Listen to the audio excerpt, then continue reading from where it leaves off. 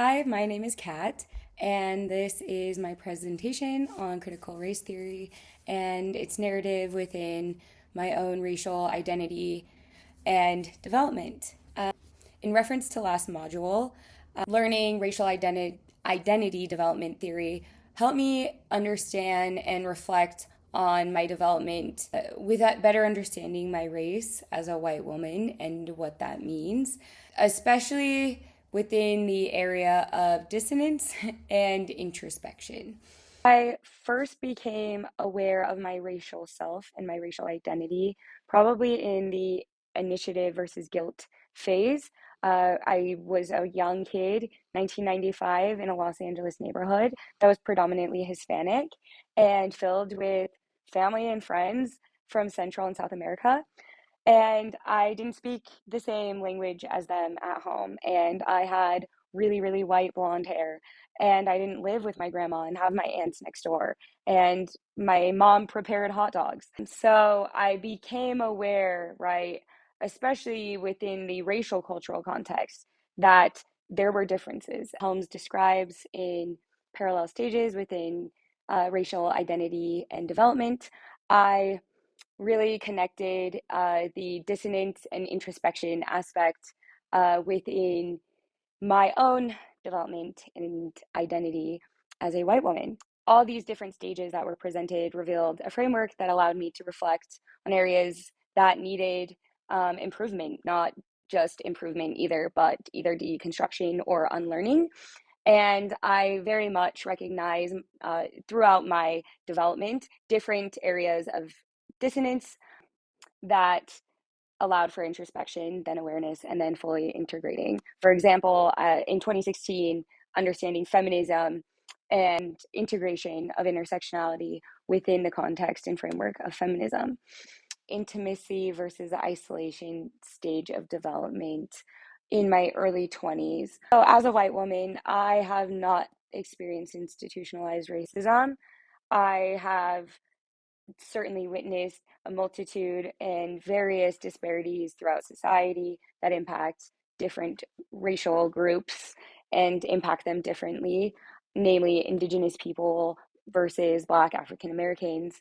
And one example throughout the history of the church that I was raised in, there was a history of uh, institutionalized racism within the church that did not allow for Black African American members to hold the same privileges due to church doctrine for many, many, many years up until the late 1970s.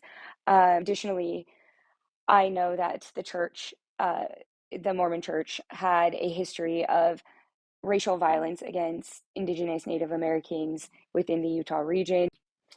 And now, being a Utah resident and have lived here for nearly a decade, I think it's really important to understand the impact of institutionalized racism within the state of Utah toward its indigenous native tribes. The Ute, the Navajo, the Shoshone, the Paiute, the Goshu, all were impacted violently and or impacted through land expansion, resources, or just cultural disparities throughout Western expansion, particularly within the Mormon settlement of the Utah area. I was in college studying at the University of Utah, and I was studying media rhetoric as a major, and I minored in documentary film.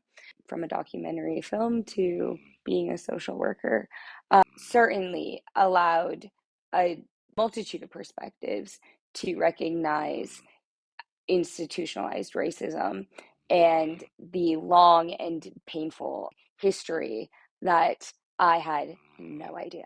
I had no clue. I was in this separation of my religious belief system and also very much deconstructing within the framework of what I had learned in high school and, throughout life so far. And while I was so embarrassed for so long about so much of my ignorance and still am about so much of it, I am so glad that from a young age that the curiosity of what people are doing and how they're doing it differently was truly out of community. There was so much I did not know and understand, and so much more context that I had gained in my undergraduate degree as far as how things are presented to us in media, whether it's through advertising or journalism, movie scripts, what have you. I certainly believe that it has been a privilege to be a white person in America, especially in Utah. From environmental threats to mental health to accessibility to basic resources. We are at a critical point in our country's history and policy as far as what the future beholds for all of us.